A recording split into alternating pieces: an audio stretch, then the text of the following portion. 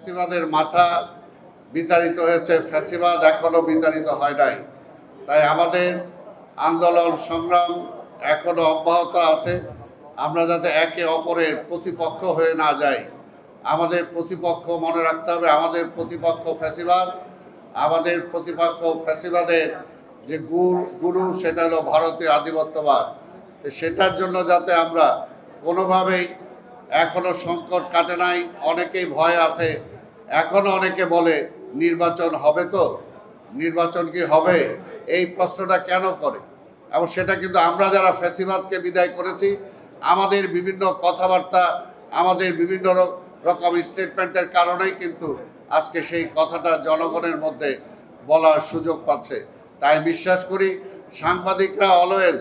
সাংবাদিকরা ছাত্ররা অলওয়েজ একটা প্রেশার গ্রুপ হিসাবে কাজ করে সমাজে, যে যাদের সমাজের দায়িত্বে যারা থাকে তারা যাতে ভুল ত্রুটি করতে না পারে, বা ভুল ত্রুটি করলে সেগুলোকে তাদের চোখের সামনে তুলে ধরা।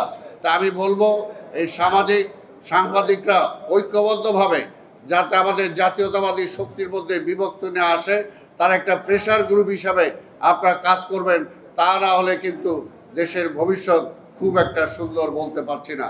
আপনাদের সবাইকে অভিনন্দন, ধন্যবাদ। খোদা হাফেজ। বাংলাদেশ জিন্দাবাদ।